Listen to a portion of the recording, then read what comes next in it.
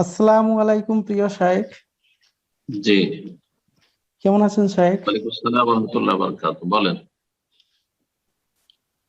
তো শাইখ, আমার প্রশ্নটা হচ্ছে যে কিছু মুসল্লি এমন আছে যারা সব সময় সলাৎ সম্পূর্ণ করার পরে উত্তর ও পশ্চিম মুখ মাঝমুখী বরাবর হয়ে হাত তুলে মুনাজাত করে। এই মুনাজাত পদ্ধতি সম্পর্কে সহিহ হাদিসের আলোকে জানতে চাই সংক্ষিপ্তকারে। মোনাজাত মোনাজাত হ্যাঁ, হ্যাঁ, উত্তর ও পশ্চিমের মাঝ বরাবর হুম, করে হাত তুলে, জি জি জি। হুম, এবং সাথে আপনার পছন্দ। জি জি, আপনার এই প্রশ্নে কয়েকটা দিক রয়েছে। প্রশ্ন করেছেন যে আমাদের দেশের ইমামরা অনেকেই, বড় অধিকাংশই সালাম ফেরার পরে একটু কাত হয়ে বসে। তো একটু কাত হলে তাহলে উত্তর পশ্চিম হয়ে যায়, তখন ডান দিকে কাত হলে উত্তর পশ্চিম দিকে কাত হয়ে বসে, আর কাত হয়ে বসে দোয়া করে। উত্তর পশ্চিম না উত্তর পূর্ব, হয়তো আপনি ভুল বলছেন, উত্তর পশ্চিমই হয়। হ্যাঁ, ঠিক আছে, উত্তর পশ্চিম একটু কাছে তারা বসে, তারা ঘুরে বসে না। জি, প্রথম কথা, সুন্নতি তরিকা হচ্ছে ইমাম ঘুরে বসবে।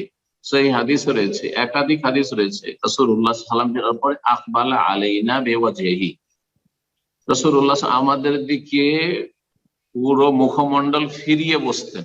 আকবালা মানে আমাদের মুখোমুখি বসতেন, বেওয়াজহি তার মুখমণ্ডল দ্বারা, তার মানে পুরো চেহারা ফিরিয়ে দিতেন মুসল্লিদের দিকে। তার মানে কিবলার বিপরীত দিকে মুখ করে ইমাম ফিরে যেতেন সালাম ফেরার পরে। সালাম ফেরার পরে কতক্ষণ পরে করবেন? আস্তাগফিরুল্লাহ আস্তাগফিরুল্লাহ আস্তাগফিরুল্লাহ 3 বার পড়বেন।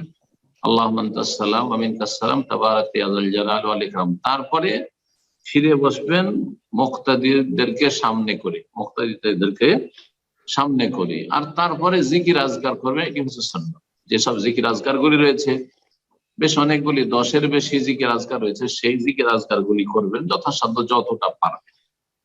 এই সময়টা হচ্ছে জিকিরের সময়, এই সময়টা দোয়ার সময় নয়। দোয়া সালাতের ভিতরে সুন্নাত, সালাম ফেরার পরে দোয়া নয়। সালাম ফেরার পরে হচ্ছে জিকির। আল্লাহ কোরআনে কারিমে এই বিষয়টির দিকে ইঙ্গিত করেছেন, সালাত শেষ করলে ফাজকুরুল্লাহ, জিকির আজকার করো। হজ শেষ করলে আল্লাহর জিকির আজকার করো। ইবাদত বন্দেগী শেষ করার পরে আল্লাহর জিকির আজকার করতে বলা হয়েছে। তো এটা হচ্ছে জিকিরের ক্ষেত্র। বাকি কথা হলো যে দেশীয় হানাফি মাযহাবের ইমামরা একটু ডান দিকে কাত হলে সেটা পশ্চিম উত্তর হয়, পশ্চিম উত্তরে কাত হয়ে বসে, আর তারপরে মোনাজাত শুরু করে। এখানে প্রথম যে বিষয়টি সেটা হচ্ছে যে সম্মিলিত মোনাজাত, ইমাম দোয়া করবে আর মুক্তাদির আমিন আমিন বলবে, এটা কোন সহিহ হাদিস দ্বারা প্রমাণিত নয়। সুতরাং এটি বেদাত। সম্মিলিত মোনাজাত সালাম ফেরার পরে ফরজ সালাতে, তারপরে ইমাম দোয়া করবে, মুক্তাদিরা আমিন আমিন বলবে, এটা হচ্ছে বিদআত। এটা কোন সহিহ হাদিস দ্বারা প্রমাণিত না। রাসূলুল্লাহ সাল্লাল্লাহু আলাইহি সাল্লাম থেকে প্রমাণিত নয়, খুলাফায়ে রাশিদিন থেকে প্রমাণিত নয়, সাহাবায়ে কেরামরা কেউ করেননি এটা।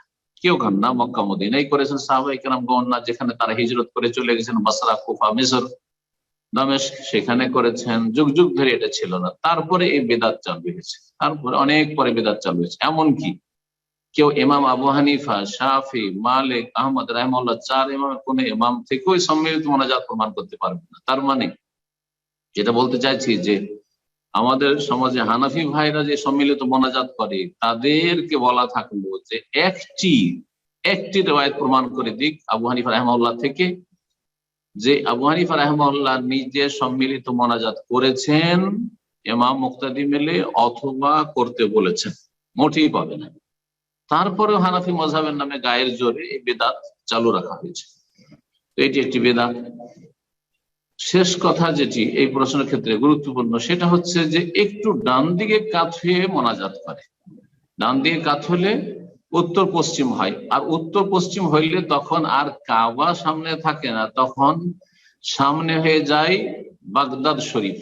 বাগদাদ শরীফ, আর বাগদাদ শরীফ তো জানেন যে কত মোবারক বেরলভীদের কাছে, রেজভি মাজার পূজারীদের কাছে। হ্যাঁ, যে আল্লাহ রাব্বুল আলামিনের কাছে তাদের চাওয়া লাগে না, তারা চায় বড় পীর আব্দুল কাদের জিলানীর কাছে। তো মূলত এটা বেরলভীরাই বেশি করে, জানি না দেওবন্দিরা করে কিনা।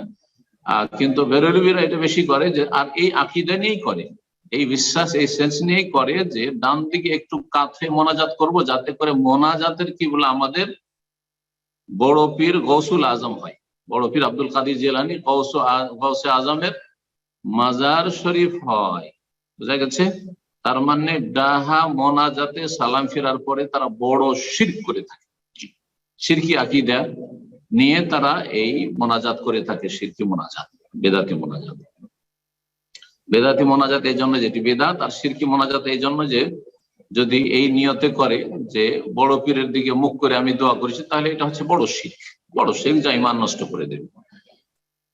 আর যদি এই আকীদা নাও রাখে তবু সম্মিলিত মোনাজাত বেদাত।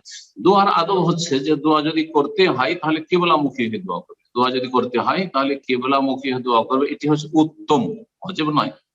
কখনো ক্ষেত্র বিশেষে কিবলার বিপরীত দোয়া করা যায়, হয়তো এমন দিকে বসে আছেন যে দিকে থেকে আপনি কিবলার দিকে হয়তো হওয়া সম্ভব নয়, অথবা হওয়া জরুরিও নয়, মাঝে মধ্যে আপনি কিবলার বিপরীত দোয়া করতে পারেন। সালাতের মতো নয় যে কিবলা শর্ত, কিন্তু কিবলা অবশ্যই উত্তম, কিবলামুখী হয়ে দোয়া করা। আশা করি বিষয়টি স্পষ্ট হয়েছে। আল্লাহ যেন আমাদেরকে গুমরাহি থেকে, বেদাত থেকে, শিরক থেকে বাঁচিয়ে রাখেন এবং সুন্নতি তরিকা আমাদেরকে সালাত সম্পাদনের এবং অন্যান্য যাবতীয় বন্দেগী আদায়ের তৌফিক দান করেন। জি।